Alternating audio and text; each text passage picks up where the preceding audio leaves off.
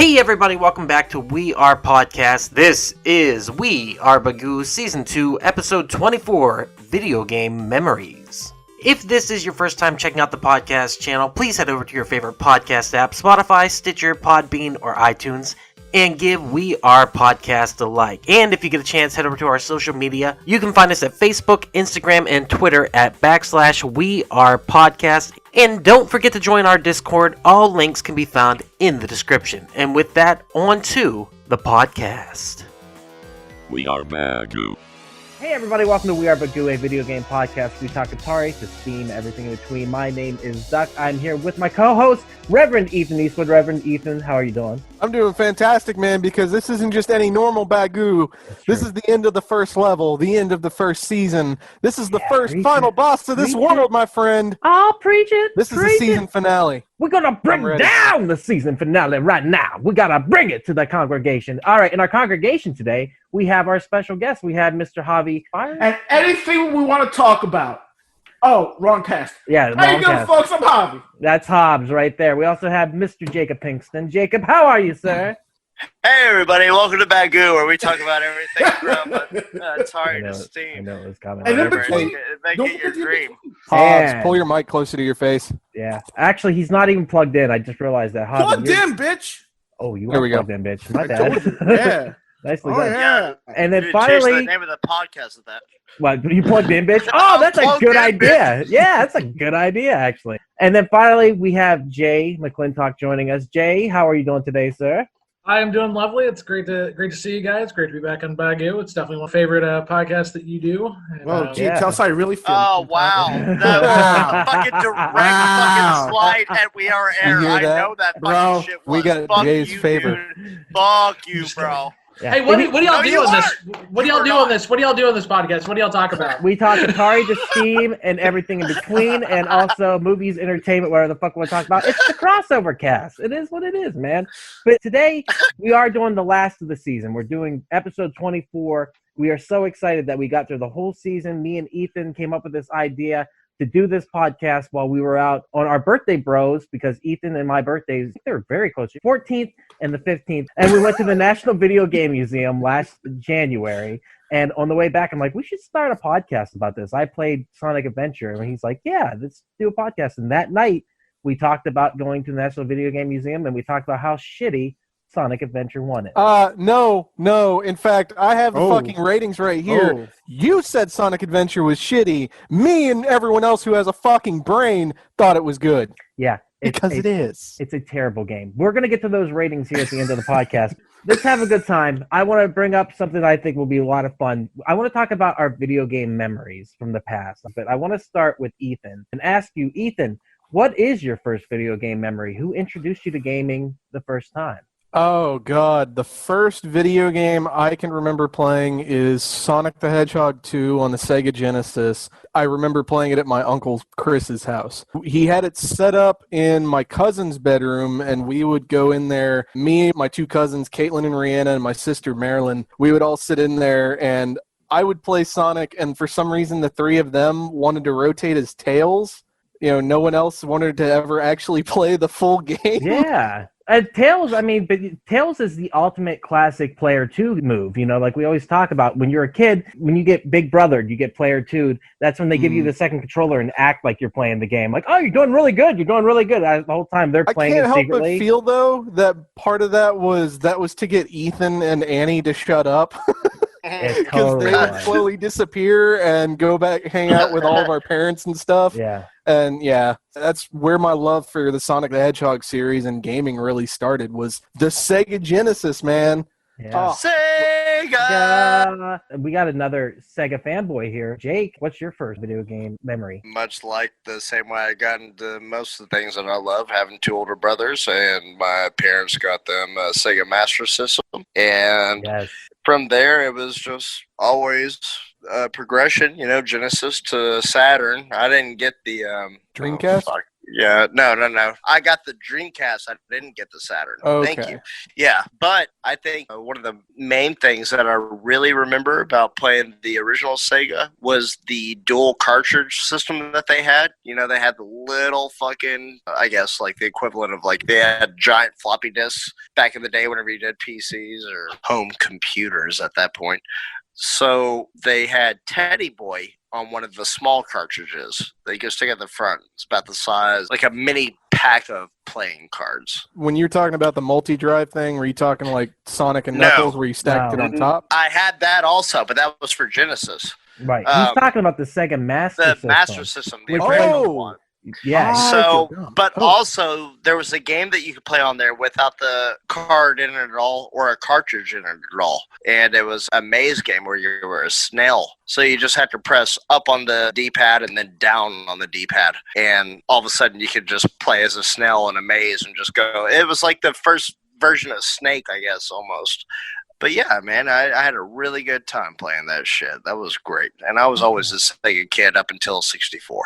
Absolutely. The cards he was talking about, they look like little ATM cards, almost like the size of this, that you would plug in. Even smaller. Yeah, they were tiny. Yeah. Even smaller, like that. Yeah, I'm thinking TurboGrafx. You're right, because they were smaller than that. Yeah, the Sega Master System is very interesting. I've always said either you were a Nintendo kid or a Sega kid. And something went a little bit wrong with the Sega kids. So I'm just going to let you guys know that something's a little bit off. Yeah, we know. Javi, were you a Sega or a Nintendo kid? No, I'm just kidding. What's your first video game memory? All right, picture it. Some season of 1991. I'm 4 years old. Just a ripe, ethnically ambiguous young buck ready to take on the world. Ethnically ambiguous? Just had to throw it in there. I don't know I was why. running these streets. That's what Javi was saying. Running these streets at 4 years old. Right. All right, so you're a young, ethnically ambiguous child. I was like obsessed with these two games on TurboGrafx 16. And I really liked the TurboGrafx 16 because like the fucking thing was a card. It was like a microchip. I felt super fancy. Like, whoa, welcome to the future, Buck Rogers. And like just using fucking chips to play games. And I was obsessed with the games Crater Maze, Alien Crush, which was an awesome, probably my favorite pinball game of all time, was Alien Crush, and Legendary Axe, but my favorite one was Crater Maze all the way. And I just fucking love the game. I remember playing that with my brother and taking turns and shit. It was a fun fucking game. Absolutely. Legendary Axe or Golden Axe? Legendary Axe. Golden Axe was a Sega property. Sega. Yeah, that's why I didn't know if there was a different crossover or something. No, like or Sega crossover. Sega created Golden Axe, so it's it's for them. I got you. How about you, Jay? What's your first video game memory? All right. So my story is a little different. I was actually supposed to be born probably about 5 years before I was. And so my grandparents preemptively bought an Atari 2600. Well, my parents wanted to have me really soon after my sister. They wanted to knock their kids out early, I guess. But obviously, I didn't thought come you around. were carried for like 46 That's tries. what I thought too. Like I was like, how did you like that? Or like I was like, that's a long I pregnancy. came out with a full mouth of teeth, full head of hair. You're like an Just elephant, dude. Really well-rounded. Really well-rounded, guys. Was it like paw marks on the inside of your mom's uterus? Just like, I'm not ready to go. I'm not ready to go. He's taking out check marks. So anyhow, like Stu, he's got a penthouse in there. So I first thing I ever played was an Atari 2600. Played a lot of MASH. Played a lot of shitty Pac-Man. Shitty Pac-Man.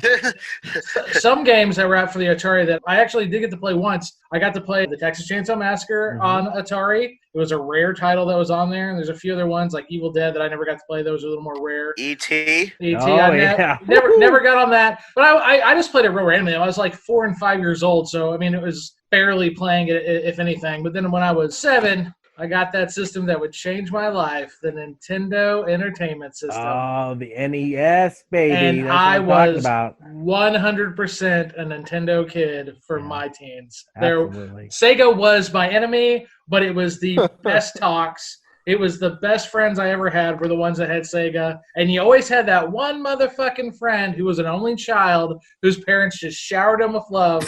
So they got a Sega and a Nintendo. And you're like, who is this?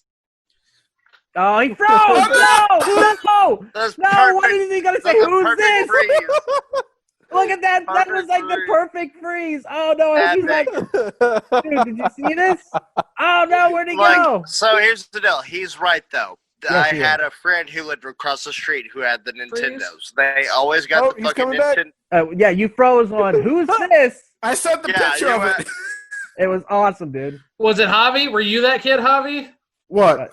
Did you get both? No, hell no. You froze on us, and you were saying, "Who's this?" And you looked shocked at the end. But what'd you say after that? No, just like we always had, like that one kid who had both. TurboGrafx was a real interesting system at the time. It was kind of a little more fringe. I remember Splatterhouse being the coolest fucking game ever. Yeah, Splatterhouse is the shit. I mean, the shit, amazing. Bonk was probably the game most associated with. Bonk was the TurboGrafx 16. I had a fucking friend who had a goddamn Atari Jaguar. Oh, you told the story before about going down to Fry's.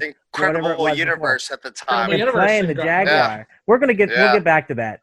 But Jake, you were also saying that you had that one friend who had everything, and everyone had that one kid in school who was the only child. Y'all were right. Who just had it. He had everything. He lived across the street from me in the cul-de-sac, and we constantly had this battle about like which was the definitive system. I think whenever it came down to the Genesis versus the Super Nintendo, all he played was Mortal Kombat, and I had the upper hand because we had the blood code ABAC ABB. And until you got that sequel. That sequel sucked. Oh, the sequel is shit. Yeah, I agree. And it's perfect on Super Nintendo. It is perfect. I agree. I want to get into my first memory. I remember bits and pieces of there being a Atari around, but not much. I remember playing it later and hating the Pac-Man, like shit. Somebody said earlier, shitty Pac-Man. It was shitty Pac-Man. And E.T., god damn, are you kidding me? I still don't know what the hell is going on with that game, even though I will defend it, and I have defended it on the podcast. He defended it in our Crash Cast. Need the manual for that. But for me, the first like concrete memory, there's two. I talked about it recently. One was seeing Super Mario Brothers 2 at my grandma's house. I saw my uncle playing the game, and I remember it differently because when you start the game, it opens the door and you drop down through it. In my version of it, there was like a green platform below it, and then you just dropped down and walked in. And I remember seeing the game, though, and thinking like, holy crap, this is so freaking cool. We had the Atari, but we never played it much. But I remember him buying the Nintendo and bringing it home. And it was like a huge deal. They set it up. Everything was going great. My brothers and I were all ready to play it. And then they said, let's let the youngest play it. So my littlest cousin, Josh, got the first go at the NES. And we were all so like, what the fuck? Like, how? How did he get the first go at it? You know, just seeing it in action, seeing Super Mario Brothers, seeing Duck Hunt, seeing that, it just changed my life. And when I was a child, I was crippled. And I was telling Javi this, you know, for some reason, Nintendo, the retro stuff, is my comfort zone. And I realized that the other day I was at movie trading company and I was a little bit anxious because I have really high anxiety. And I looked up above the cashier place because I was in the line for it. And I saw Mario plushie, Yoshi plushie, Luigi plushie. And then immediately I felt a calm come over me. And I realized video games, because it's all I really had when I was a kid, that's kind of my safe space now as an adult. That's why I surround myself with video game stuff, because it's my friends from my past, you know? And it makes me feel comfortable. That's why I love talking to my friends who also enjoy video games. And, you know, it's the force. It's the glue that binds us together, is our love of gaming, movies, Star Wars, anything like that from our past. Nostalgia is a powerful drug, but when you share it with friends, it becomes like a communal thing, you know, where we're all taking a hit of the peyote and talking about our spiritual journeys. That's why I really wanted to ask you guys what your first, you know, gaming memory was, because it always seems to be that community thing where I was at a friend's house or my family's house or blah, blah, blah. And you have these experiences where somebody goes, hey, try this. And then you go, holy shit, this is awesome. We all talked about console memories, but Ethan, what's your first arcade memory? Oh, geez. It's kind of hard to pinpoint exactly where, but probably the most, I think, first arcade game I ever played would have been Galaga.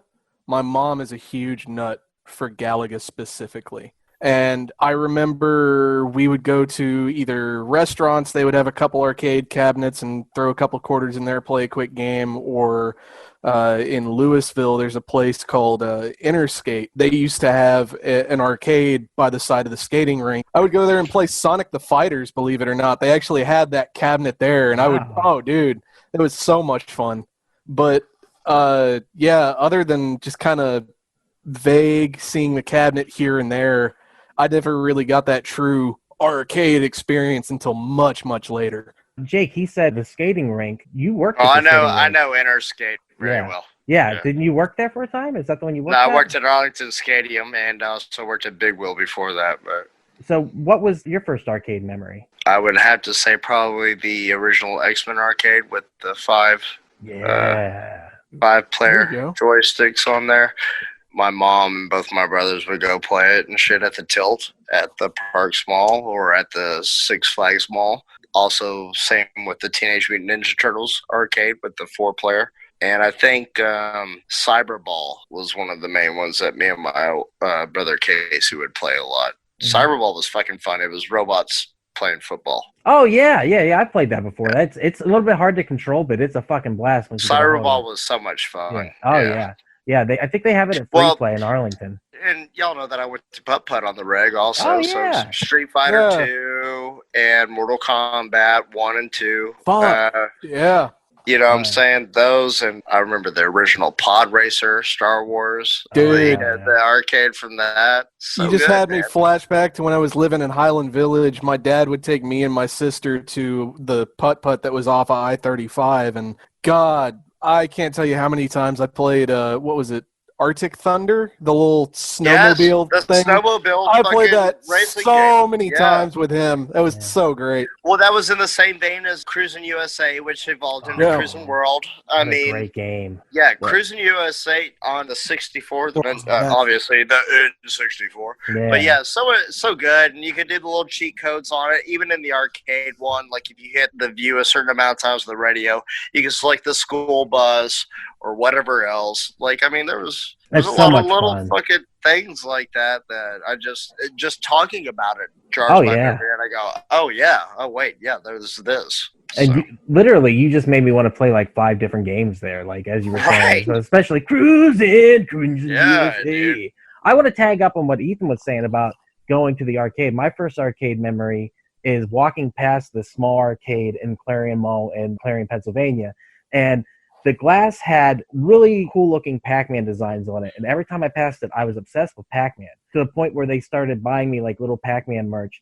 And to this day, I still have my original Pac-Man plushie. It sits on my mantle in my living room. You guys have seen it before. Yes. And I've had that since I was like 3 or 4 years old. I had a trucker's hat that had like a cool thing, a patch on it that I would like to get again. And I had a little Pac-Man that opens his mouth like that. But we never went into the arcade because we were too poor to go into it.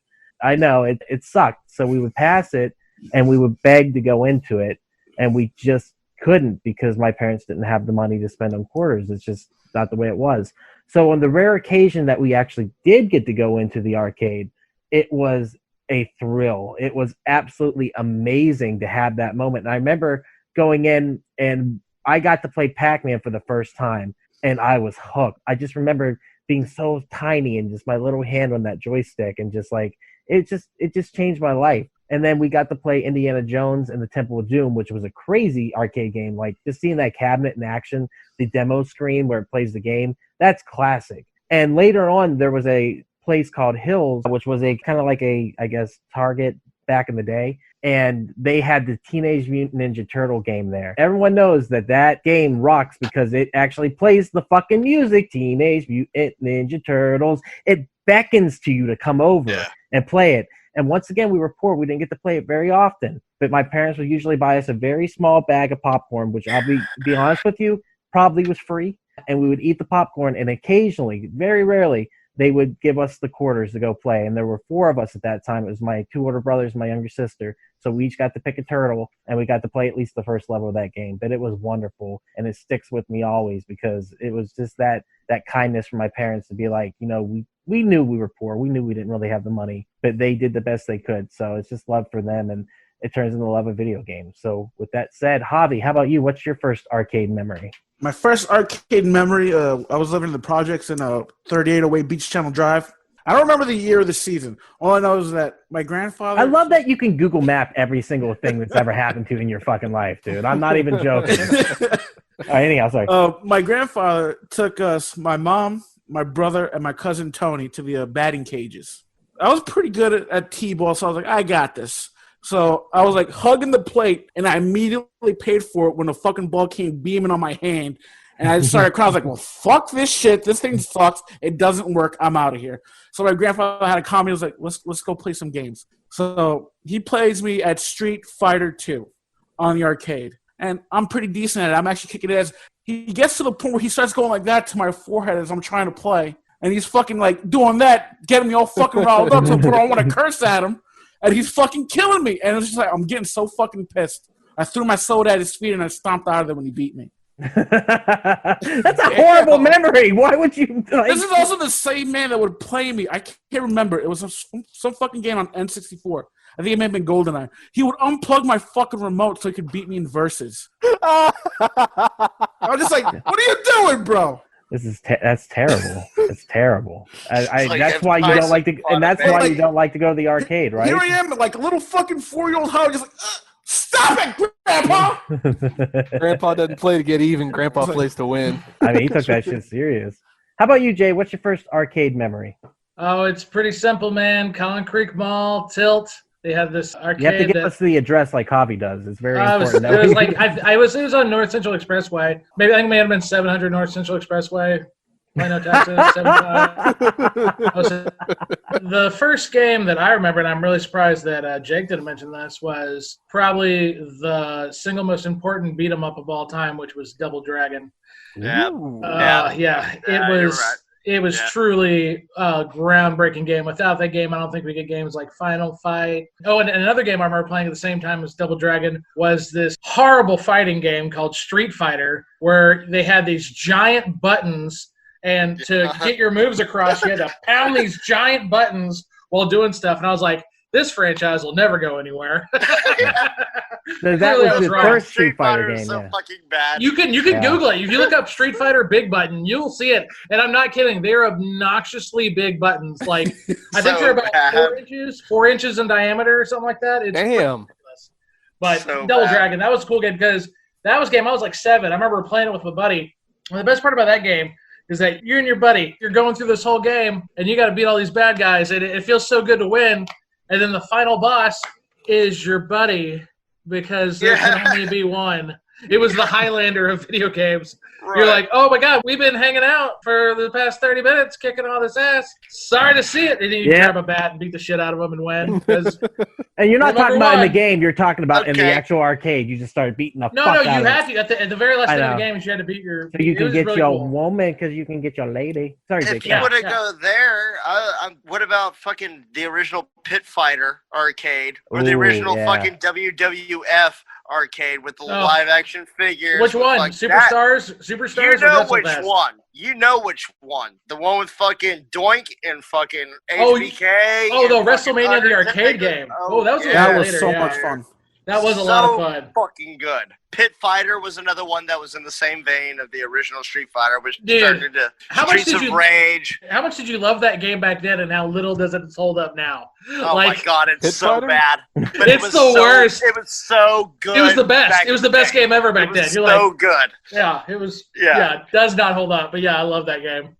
Yeah. Let's definitely talk about that next. Let's talk about our favorite video game memories of all time. Like, what is the ones that stick with you? I'll start to kind of show you guys what I'm talking about. When I think I was 6, on Christmas Day, my family, we'd had Nintendo at that point, like I told you before. And we were opening presents left and right. And they're like, well, this one's for all of you. So we opened it. My brother, Mike, who's crazy, he's like, he wanted to open everything because he's ADHD and he just grabbed everything all at once. And I'm like, well, I want to open it too because it looks like a VHS tape because that's what the boxes kind of look like for the Nintendo games. They were a little bit bigger. And we started unwrapping it. And when we saw what it was, we both screamed like little girls and went, ah! It was Kirby's Adventure. We didn't even know what the fuck the game was. We were just super excited because we saw a cool looking game. And that's the thing, kind of going back to the packaging on games was a huge deal, especially when you bought them in the store. And the manual, you were so excited to open up that package and read that manual because a lot of the manuals were entertaining and they showed you how to play the game. So on the ride home from picking up the game, you're in the backseat of the car just going, this looks cool, I know all the enemies. And there was just something to that ritual of that. But that memory of me and my brother screaming over a game that neither of us knew what the fuck it was has always stuck with me to this day. And I just love that like memory. The Nintendo 64 kid who's like, yeah! Why don't we break it up between like 10 and then do one of like your teenage years because you're going to have 2 different responses. Yeah. Okay, yeah, that's true. So I start like younger years and then and then we'll do later years because I mean we could all do a ton, but I think that'd be a good evolution for us. I'm going to give you guys a really embarrassing memory then. We'll see how it goes. So my first girlfriend, I was hanging out at her house and I was playing Legend of Zelda Ocarina of Time, I think is what it was. And we were listening to Christian music because at that time I was a pretty big Christian during my teenage years. Carmen. You remember Carmen, Jay? Fuck yeah, I remember Carmen. Dude, all right, if you're talking Christian music, man, I'm your guy. I'm your guy. And there was a song called Lazarus Come Forth. You remember that song? Absolutely. It was kind of a play song where he was playing the character of Lazarus in the Bible as he goes to heaven and he's talking to all the other saints in heaven. And I started play acting the song to my girlfriend as just to try to entertain her. Maybe seduce her. I don't know. Yeah, you're trying to get some stank fingers. What you're trying to do. Maybe. But that's what it was. I remember play acting this in the basement of her house and just like entertaining her and her just giggling and laughing and just being like a one-man show for her. But playing that game and then doing that, and then I did get stick finger. You're right about that afterwards. And then her dad came downstairs. Don't point that thing at us. I did get stick finger. I never watched it. This is my stick finger. Smell it. But I mean, I haven't thought about that memory in a long time, but I remember that stuck with me a lot. And then after that, no, that's pretty much it. It's an embarrassing memory, but it was a beautiful moment in time, and I really appreciate it. How about you, Ethan? What's your favorite video game memory from a young age, and then from the teen years? Oh man, so I'll go with a fun one from the younger years. I loved to poke around on the family computer when I was little bitty because I would get on and play these little Blue's Clues disc games or Jimmy Neutron or whatever cheap little CD-ROM my mom and dad bought for me. And I want to say that I had gone online and heard about this amazing thing called ROMs and emulation. And I was like, you're telling me that I can finally play Pokemon? Because I didn't have a Game Boy at this time yet, but all my friends did. They were playing like Pokemon Emerald or Sapphire, Ruby, whatever the latest one was. And I was like, man, I want to try that. Well, this was the second greatest time that I had completely fucked the family computer trying to download ROMs and play Pokemon on the computer. Give it AIDS! My computer, the one machine that my dad had explicitly told me don't do that shit on, I did that shit on again. I know, trust me, I know. It wasn't Okay. We were downloading something different. I mean, I was using a joystick. I'll tell you that. Oh my god. Oh my god. Oh man. So you gave the computer AIDS, and did you get in trouble? Oh fuck, yes I did. Yeah. Oh my god. I think I had done that like 3 or 4 times before I'd finally learned my lesson. I would have left you in the parking lot of a Walmart by that time.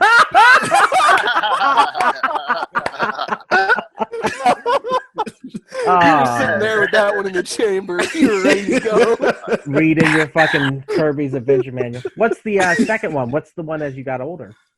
Okay, let me grab something real quick. Did he take his headset with him like that? I'm nervous. So I played a lot of Xbox 360 and PS4 through high school. And really specifically, this game in particular, Black Ops 3, I went hard on this game. Me and my group of friends, Mr. Ian Mullins, who is on our Dead by Daylight podcast, Brennan Montgomery, who hasn't had the pleasure of being on with us just yet, More Insanity, 290, Sided Money, and there bunch of you have a fucking crew, dude. What just happened there? Like, we had a squad. Yeah. Like there was, I don't think it was Sided was 60 days, but whole bunch of people, and we would play everything, dude. We had months of in-game time alone on multiplayer, zombies. That is hours upon hours upon hours of play, and something about being able to just hang out with those guys consistently after school, sit in, go work on headshot challenges, get gold camo, go play zombies, do the Easter eggs, unlock the story, get the achievements, and it really brought me a lot closer to these people. I still talk to a whole bunch of these people, a good portion of I have never met. I met them solely through this, through PlayStation or Xbox or whatever, and they're all fantastic fucking people. Yeah. So I cherish that. I'm happy you said that because you said these people a lot there, and I was getting a little bit nervous. So I'm happy that you. Yeah, what do you mean by these people? Yeah. Just fucking with you. People that play COD. Black Ops 3. Guys, he didn't say those people. Yeah. Oh, okay. That makes it okay, guys. Hey everyone, it's just Stuck jumping in here to say thank you so much for checking out the podcast today. If you're enjoying it, head over to your favorite podcast app, Spotify, Stitcher, Podbean, or iTunes, and give We Are Podcast Network a like. And don't forget to join our social media. You can find us at Facebook, Instagram, and Twitter at /We Are Podcast, and don't forget to join our Discord. All links can be found in the description. With that said, back to the podcast. Javi, how about you? What's your favorite childhood gaming memory and teenage gaming memory? Childhood gaming memory. I'm not going to set nothing for you guys. Thank you. I was an age. I was in a place, and I was feeling this way. When I got my very first N64. Yeah. My cousin got an N64 before my cousin Tony, and I remember just fucking. I'll fucking say this, and I don't care. I think Mario 64 is the best Mario of all the Marios, and I think it was way better than GoldenEye. Like, I will play that Super Mario 64 over GoldenEye any day of the week. And when I got my very own N64, my very own, I was so fucking happy. Like, I didn't even look at my Sega or the Sega Saturn again. I was just like, you're dead to me now. Everybody knows Wave Racer 64 is the best Nintendo 64 of all time. I'm pretty sure that's wrong. Even though Wave Racer is good. It's a total lie. Yeah, no, Wave Race 64. It's all right. It's the Blue Wave for the GameCube that's not very good. Oh, and also fucking Tony Hawk Pro Skater 2. How about your teen years? My teen years, PlayStation 2, Final Fantasy X. I didn't think I would like a Final Fantasy more than I did. Final Fantasy X. We hate this shit. First of all, it's canon that we hate Final Fantasy 7. No. 7. All Final Fantasies. We've already talked about this. We didn't say all Final Fantasies. We did. We did. But to be fair, you were specific to 7 because you said, hey, I'm a blonde spiky-haired guy with an oversized sword. That's on the That is Cloud. To be fair, that's on We Are Air podcast. This is We Are Bagu. And we were split half and half back then also. So just put it out there. I like Final Fantasy. Me and Jake said no. Yeah. Duck and Hobbs said yeah. Yeah. Jay will be the tiebreaker. Jay, Final Fantasy yay 10. Or nay? Yay! Oh, fuck you! Eat it! I mean, you can't hate something just for the sake of hating it. It's a classic. It's not for the sake of hating it. It's because it's a horrible game. Which one? You got like 17 to choose from, bro. Exactly. Right, so what is it about Final Fantasy X though, Javi, that took you to where you needed to be? Well, that was just the Final Fantasy was my favorite RPG series. The story for 10 was really fucking good, and that's what I really liked. It was like had to do with fathers and shit, and that's a sore subject for me. So I was like, man, it's bringing up some feels and shit. Yeah. So I was like, I could kind of connect with that main storyline for Final Fantasy X, and also like those graphics were fucking incredible, especially for those cutaways on some of them. Holy shit! Believe me, when you cut up the Final Fantasy X cutaways and set it to Linkin Park's Numb, in the end, it just fucking transcends. It's like, you just fucking edgelord so hard right there. I'm so numb. Yeah. Wait, did you just confuse the lyrics for Numb to the tune of In the End? I think you just did. You're like, I become so numb. You're losing all. Yeah, that's definitely not a reflection of the fact that all Linkin Park songs sound the same or anything. Yes, but I still like them. Oh yeah, thank you so much. Fantasy games are good. Thank you, Jay. Jake, your favorite childhood memory and your favorite teenage memory. I've got so many, man. It's hard to even differentiate. There was this Sega game. There's a hologram game called Time Traveler. I remember it. Yeah, it was an arcade game that used holograms, like literally live action. It fucking cost like $5 to play this game back in the early 90s. And holy shit. It was just like, oh my god, dude. And it was like, you got fucked. Every time you played the first round, you were dead. It didn't matter. So it was Dragon's Lair. You got to pump in more. Yeah, exactly. It was Dragon's Lair, but with holograms. That game was like, I always wanted to play it. And every time that I actually had enough money to do it, I had to make my own money through chores and everything else, or mowing lawns or some other shit. But I make enough to fucking do these things, and I would always regret playing it because, like, I didn't even make it past the first round. Like, I was dead in like fucking 30 seconds of that fucking game. Oh yeah, no, it's next to impossible. Like I said, it's a motion, like it's a time. What is it called? Whenever like a time action motion, whatever it It's is. Laserdisc is what it is. Yeah, Yeah, it was. It's just you have to move in the right time, and if you don't, you get killed. And it's like you go through time. It's a wicked interesting game. Look it up on YouTube and see the gameplay of. I think Sega released it. It literally used holograms. What did it look like in person though? Did it look like? Oh, it was dope. You know what? Stranger Things season 2 shows it. I mean, yeah. Yeah, and holograms were a really big deal at the time because right next to the Tilt at the Parks Mall, whenever it first opened up, there was a store called Holographics, and all it sold was hologram artwork also.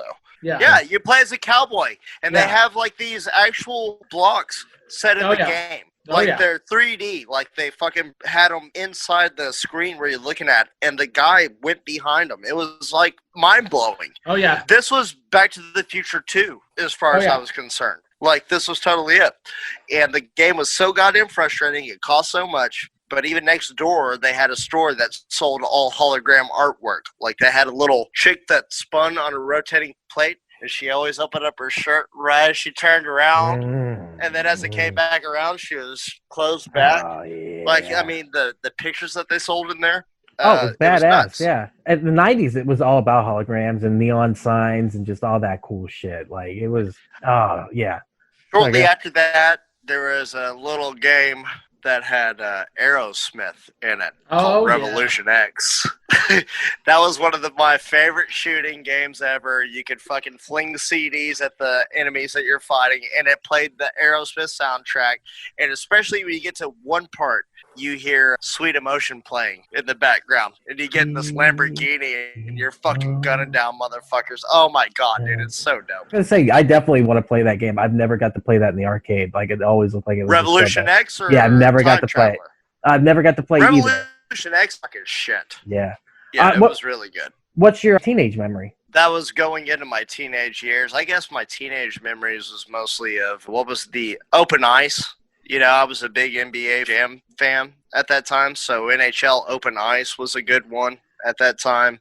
Obviously, Mortal Kombat 3, Super Street Fighter 2. Jay, how about you? What's your childhood memory and then teenage memories? I guess we could talk more arcades. Arcades kind of like the best one for the youth. Besides like, obviously Double Dragon, like probably the first game I ever really fell in love with was that wrestling game, WrestleFest. Came out in 1991. It was the answer to all my dreams. Where like I was a big, huge, massive pro wrestling fan, and it got an arcade game. Not like you are now. Yeah. But no, but I never imagined that I would get a video game of like one of my favorite subjects. Right. And it was just perfect. I could be Hulk Hogan, and I could do leg drops, and I could be the Ultimate Warrior, and I was like, I want this game. I want this game so badly. I want this game at home.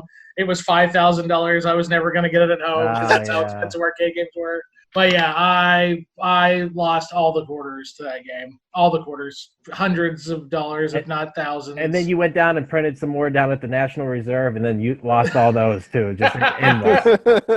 Nah. And then my teenage years, the game that I will say defined my later teenage years was Resident Evil 2. Yeah, bro. It was the coolest game on the planet to me. It's still my favorite video game of all time. The original, not the remake. The original, it was so perfect to me. I play it at least once a year, every year. I go for all the best rankings so I can get the ultimate rocket launcher. It was scary. It's got one of the best jump scares ever where a licker jumps out at you at an interrogation room. It's legendary, and it still gets me even when I'm expecting it. But yeah, that would probably be the number one for me. And a little preview of things to come. We're actually going to do Resident Evil cast with Jay on season 2. So we're definitely going to break down that series and talk about it because there's much love for Resident Evil within the Bagu here. Guys, how about this? Favorite console and favorite game for that console? I will go first so you guys can have a second to think. Everyone already knows what I'm going to say. The Nintendo Entertainment System. You guys know I am a Nintendo fanboy through and through.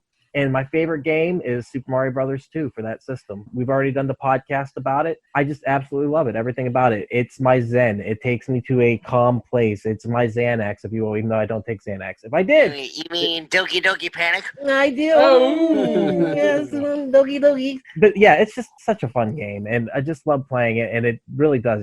It makes me happy. Like, I don't know what to say. And I felt like a badass playing it. It's the only time I ever felt like a badass. I'm like, I'm fucking good at something. You better watch. So it's just great. Ethan, how about you? What's your favorite console and your favorite game for that console? Man, I feel like I need to say PlayStation 4 because that's what I've been playing the shit out of, but obviously that'll get phased out as we go. My go-to console, though, is still my Sega Genesis, man. I love that thing. I love Sonic 2. That is by far the best game that ever blessed that console. Oh, so good. But I love that whole series on there. The only one I'm missing for my Sega Genesis, unfortunately, is 3D Blast. But 3D Blast is kind of not good. Not good, so, no. It's not really but good. Sonic 2, Sega Genesis, perfection. Yes, absolutely. Jake, how about you? Favorite console, favorite game for that console? How about I name my favorite game for every console that I have? If you want to, go for it. Sega Master System Shinobi. Sega Genesis Flashback. I don't know You if y'all talked ever about that before. Yeah, it's the almost. How would you explain that game? It's almost like a. Dude, it's fucking nuts. I can't even I had the hardest time trying to figure out how to even look it up. But I remember loving this fucking game. The controls were fucking complex and they were tight. Like you had to fucking jump and grab onto shit, which was kind of a new concept, I guess, the whole grab mechanic. That game was fucking weird as shit, but it always sticks out in my mind. Side note, the black monster that chases you at the beginning, I just found this out. The monsters in Attack the Block were based upon that character in that game. Oh shit. Yeah, it's crazy. Once you hear that, you're like, of course they were. That makes perfect sense. Sorry, next system, what was it? Super Nintendo, like Jay said, Mortal Kombat 2 was Definitive probably my favorite on there. Perfect. Yeah. 64, it's a tie between Ocarina and GoldenEye. Oh, yeah. Tony Hawk 2 on Dreamcast. Mm-hmm. And whenever I moved on to Xbox, it was fucking, I mean, I guess Halo was okay. No. I think Grand Theft Auto Vice City. Yeah. My favorite there you on go. there. Yeah, it's much better than Halo. It's crap. And Red Dead Was 1, Vice City on obviously. Xbox? Yeah. Original Xbox, I Yes, think. it was. It was on the original Xbox. Same with this. San Andreas was on the original Xbox. Yeah. And then The new ones that I have now, obviously Red Dead Redemption 2 is my favorite game of all time.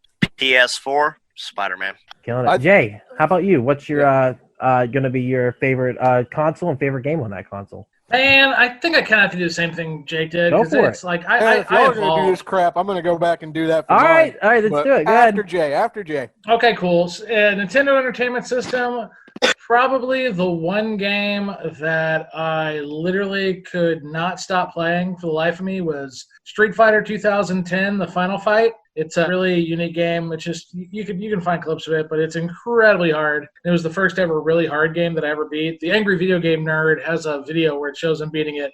It's incredibly hard, but yeah, that's probably definitely on that. Super Nintendo, man, it'd be really hard to go up against Mortal Kombat 2. I mean, I probably plugged more hours into that game than any other one on that system personally. Earthbound, I think, would be a close second. I never played Earthbound. Plus, I always looked at Mortal Kombat 2 as what I called the answer, because that first Mortal Kombat was just so bad. PlayStation, Resident Evil 2, without a doubt. N64, that'd probably have to be WWF No Mercy. That was the golden age of wrestling video games for me. It was just absolutely, astounding. GameCube, 100% Resident Evil 4. It's not even close. It's like Resident Evil 4 is probably my second favorite game of all time behind Resident Evil 2. We got kind of a Leon Kennedy fetish, I guess. But I'm not ashamed of it. I ain't ashamed of it. Yeah, you said so serious, too. You're like, I'm not ashamed of it. Judge me, bitches. Then after that, I could probably stop there. If I go past that, PS4, PS3, all that, I don't have any big dogs in that hunt. Yeah. So that's where I'm at. Go ahead, Ethan. Give us your list. All right, Genesis, Sonic 2. Then from there, the Nintendo 64. I played at my buddy who had every fucking console. His place, Pokemon Stadium, was definitely my favorite on there. PlayStation 2, I fucking loved the original Star Wars Battlefront 2. I played the fuck out of Galactic Conquest, and I still wish they would have done some sort of multiplayer for that. Maybe remade it for the new one, but whatever. Nintendo GameCube was the first console I ever owned. That I would have to say Luigi's Mansion. By far. Launch title. Yeah. I will replay it every year. That is my Resident Evil 2. Badass. Let's see. After that, Nintendo Wii, Metroid Prime Trilogy. All the way through. Yeah. perfect. It was made for the Wii. That's an expensive game, man. I thought about picking it up. I think you can get it on the Wii Shop for Wii U. He wants the original though, because JB collecting. I'm a hard. It's like $150. It ain't cheap to find it loose. Xbox 360. That would have to be Halo Reach. Again, played the fuck out of that game. Forge World. I could build my own levels with my friends. We'd go in. You have 10 minutes, build a base, and then we duke it out for half an hour, 3 hours, whatever the fuck it was. And PlayStation 4, obviously, I went Reverend mode hard 2 casts ago. I can't go a fucking cast without mentioning it. That's why he's Persona 5 Royal. Persona 5 Royal. Persona 5 Royal. Best PS4 title. It's the reason we made this podcast, so he could talk about Persona 5 Royal, and I could talk about Super Mario Brothers 2. I went through 21 episodes just so I could do that. Now I'm done. Going out while I'm on top. No. That's it. He just quit right there. Anime bullshit. Yeah, it's anime bullshit. Oh, it's anime bullshit. 100% anime bullshit. I'm not... How about this? This is going to be my last one, and then we'll give our ratings, okay? I want everyone to recommend a game, and it doesn't have to be the best game or the favorite game. Whatever you think, and I'll start with mine. When I was younger, I had a Sega CD. I was very lucky to have one, and also another shout-out, eventually we're going to do Sega CD Cast with Jake, and it's going to be fucking awesome. Go Shark! There's 2 games that came out for that are absolutely amazing. The first one I'm going to say is Snatcher, which was made by Hideo Kojima. It is a awesome game that is a kind of a point-and-click game where you have to choose options and you actually have to investigate. And it's set in a Blade Runner-type future where there are robots that are snatching the skin of prominent human beings so that they can take their place in society. And it is a convoluted, anime-ish storyline that is absolutely amazing that plays on both Invasion of the Body Snatchers and the original Blade Runner to the point where characters look literally like characters from Blade Runner. Absolutely amazing story. If you ever get a chance to play it, we will do a podcast about it eventually. Please do. It's amazing, and the Sega CD version is the premier version of that game. The second game on that was a game called Popful Mail that kind of plays like a platformer, kind of like Zelda 2 on the NES, meets a very intense storyline. And it's a fun-as-shit platformer slasher kind of game. It's just so much fun to play. And it is pure 100% anime bullshit. I'm not even going to lie. It literally is just anime cutscenes and then awesome levels and then anime cutscenes and then grinding and then anime cutscenes. Absolutely love both these games. Definitely know Jake is making a face right now like, fuck you, Duck, but Snatcher you would love because I know you and you love science fiction. Jake, how about you? Recommend a game to everyone to try. One that I've been playing most lately is Dead by Daylight or Fall Guys, and that's completely a biased statement because I'm having a good time playing those. I would also say Red Dead Redemption 2, but that's not for everybody either. It's a very slow-paced game, and you don't get as much action as a lot of people would like in it. But I think something that everybody should play at least once, Streets of Rage 2. Oh, yeah. Streets of Rage 2 is the shit. You need a second player on that. You got to go through and... Oh, definitely. Yeah, you can be the little kid on the rollerblades. You can be the big strong man. You can be Axel, or you can be the chick. The Streets of Rage. Well, I mean, she was the chick. I mean, I was the chick. You can be the skirt. Yeah. The only person that I remember is Axel, the main guy. Yeah. You mean Great Value Cody? Exactly. Yeah. How about you, Jay? All right, or you could play fucking Neo Geo, Jay, recommend a game. Easy, man. Discovered this game in '97. It was also on PlayStation. Discovered it before Resident Evil 2. I would consider it a hidden gem. Tecmo's Deception. Yeah, you never heard of it. Nope. It's close to being a role-playing game. The whole point of the game is it's a cat and mouse game where you are the mouse and the cat's coming after you. It's not literally a cat and mouse game. You're fighting people, but you're supposed to use traps to subdue them. And so you have to become very crafty with how you set your traps. It's got 6 endings, and I've unlocked all 6. Ooh. It's very dark. It's very much in that realm of fantasy, but it's gothic fantasy. It's not like Final Fantasy kind of fantasy. It's got more of an edge. I hate to say it. So it's not more really, anime bullshit, is what you're saying. No, it's less anime bullshit. It's just more like, I'd say it leans more towards the Castlevania side of it, where it's just a lot more evil and stuff. But yeah, Tecmo Deception, without a doubt, phenomenal game. Ethan, go ahead, recommend a game. Man, it's like Jake and Jay, man. There's a billion fucking games I could recommend. I could go for Kingdom Hearts 2. I could go for offshoots like Battalion Wars on GameCube. There's so many just bloody brilliant fucking games out there.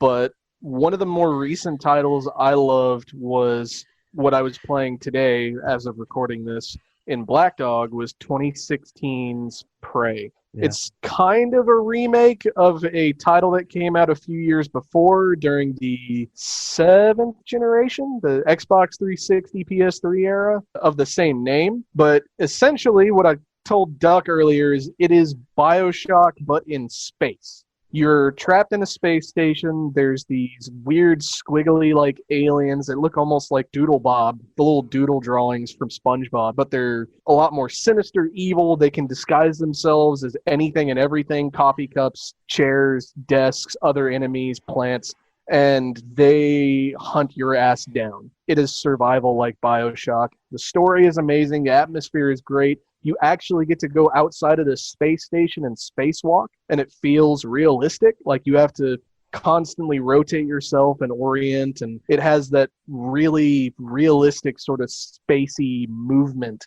And I fucking love that game. It blew my mind in 3 separate spots, plot twist after twist after twist, and it's worth a playthrough. You can always find it on sale, and it's even got a badass DLC pack called Moon Crash. Best trailer ever made, in my opinion, where you can go back through and it procedurally generates the whole map. It's endless playthrough. That's fucking bomb, dude. It's so much fun. 2016's Prey. It's on Xbox One, PlayStation 4, PC. Have at it. It's fantastic. Well, with that said, Ethan, you've got to give us a rundown from the beginning of Bagu until now of all of our ratings for our games. So everything that we've talked about this season, you need to go back and listen to these podcasts. They were a great time. I will do a best of for the next episode, and then we will start season 2, and hopefully we will start that with Sonic Adventure 2 Battle. Not looking forward to that bullshit. Fuck you. I know. Go ahead and give us a rundown of what our ratings were for the games. This is going to take a second, but we will walk through this. Sonic Adventure, I gave it an A-. Duck gave it a C. Metroid, A, S tier. Metroid 2, The Return of Samus, I gave it a C. Game Boy. Duck gave it a B. AM2R, A's all across the board. Super Metroid for the SNES, that was S's all across the board. Fucking perfect. Metroid Fusion, I gave it a B. Duck gave it an A. Metroid Prime, straight S's all across the board, including Mike from the Collector's Vault. S tier, all the way. Metroid Zero Mission, A and A. Metroid Prime 2 Echoes, B. Pinball, I didn't play it. Duck gave it a B. Metroid I was Prime very generous with that B, I think. I want to take that back. You were? Yeah, I was. You were. I must have been hyped up on that Metroid juice. Just fucking, going. Metroid Prime Hunters, you gave it a C. I gave it a total pass. Yeah. I will not touch that game. Metroid Prime 3, I was the only one that played it. I gave it a S tier. Other M, D, C+. Fuck you. Federation Force, E's across the board. Shit tier game. Crap. Metroid, The Return of Samus, B rank, and that is the entire Metroid series up to date. Right on. BioShock, S tier. S tier. Fantastic game. If you've never played it, have at it. Call of Duty Zombies, we gave it an S. Your brother Eric, he gave it an A.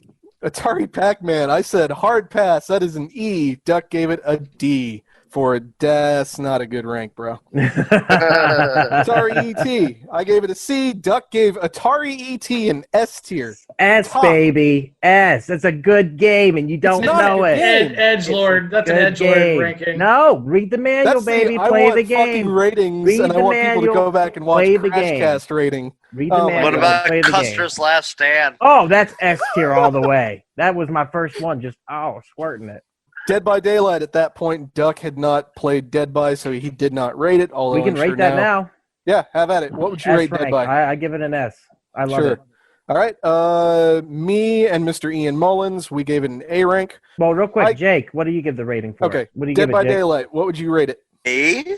It's Sonic Adventure rating, so you can do S, which is the best. Extra Sonic, XS. We're talking about Dead by Daylight. Oh, S, for sure. Yeah. It's so much fun. Yep. So 2 S's. 2 S's. Jay, have you played Dead by yet? He has. A little bit. I'm not the right one to ask. I just always die. Fair enough. All right. All right, what's Red next, Dead Aaron? Redemption 2. Duck Yes. at the time had not played that. I gave it a B, but Javi and Jake, they gave it the top tier, gilded S tier. Very nice. Star Fox Adventures, Duck gave it a C, despite wanting to do that podcast for so fucking long. Yeah. Payday 2 at the time, we gave it an A rank. Persona 5 Royal, obviously I gave it an S. Super Mario Brothers 2, Duck gave it an S, I gave it a B rank. And finally capping it off, episode 23, Fall Guys Ultimate Knockout. Javi, Jake, and Duck gave it an S rank. Austin McDonald gave it an A. And I was being edgelord and gave it a B. Oh, Edgelord. Ethan, thank you so much for putting that Still together. love you, Ethan. Yeah, absolutely. So, on to Season 2. Hopefully many, many more. We'll get in there, review some Resident Evil, Sonic Adventure 2, and hopefully some other shenanigans. Yeah, it's going to be a good time. We're going to have, we want to say thank you to all the friends that we've had on the podcast. Jake, Javi, Jay, of course, our friends over at the Level Up. Is it Level Me Up podcast? I always screw it up. Level with me. Level So with it's, me. it Mike feels so and Game horrible. Bro Corey. God, you guys are horrible. Yeah. No, we're we got horrible. them. We're just Yeah, tired. Mike and Corey, they're those cool as shit. fuckers. Yeah, no, they're really good guys. They're really, really good guys. And I'm telling you. Also, Mike and Game Bro Corey. also Jake, the you and I get to, developers we had on. I get it, buddy. You get to be the I get it, hecklers. buddy. Yeah, I get it, you guys buddy. are the Waldorf and Statler. Yeah. Like, Yeah, oh, we those are, guys over there at the Level With Me podcast. These guys don't know people's names.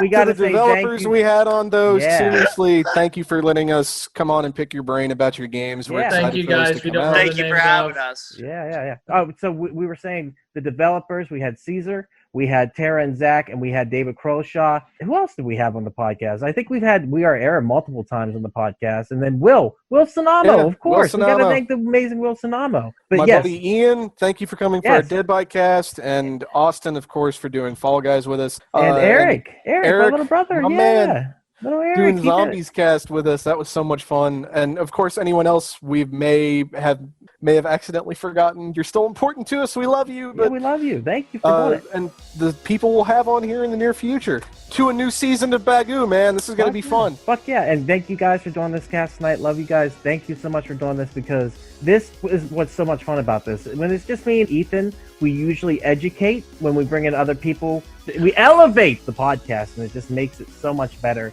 But we love to educate. We love to talk about games. We love to talk about video games. We love talking Atari to Steam and everything in between. So thank you for listening. Check out the best of Jake, Jay. Thank you guys so much for doing this. Really Appreciate you guys being here for the finale. And Hobbs, thank you for coming in as well, brother. Yeah. It was great having you guys on. But I got to remind you guys of something. One thing. I'm telling you You guys, know you it can will. never forget this. Never ever. You ain't Billy Mitchell, bitch. You ain't Billy Mitchell, bitch. So stop trying. Just stop trying. Just stop. Just stop. And there it is. Thank you so much for checking out the podcast today. If you enjoyed it, please head over to your favorite podcast app, Spotify, Stitcher, Podbean, or iTunes, and give We Are Podcast a like. And if you enjoyed this podcast, you're going to love the other podcasts here on the We Are Podcast Network. We have We Are Air, where we talk movies, entertainment, whatever the fuck we want to talk about. That's me, that's Jake, that's Javi. We're breaking down pop culture, and we're having a blast. And don't forget, Heroes, Gyros, a Dungeons and Distractions side quest. Me and the boys were playing some D&D, and we're having so much fun. Or try out I Hate Being Sober, personal stories from epic people, where I sit down with some of my favorite people on this planet. We talk about their trials, their tribulations, and we just talk about whatever we want to talk about.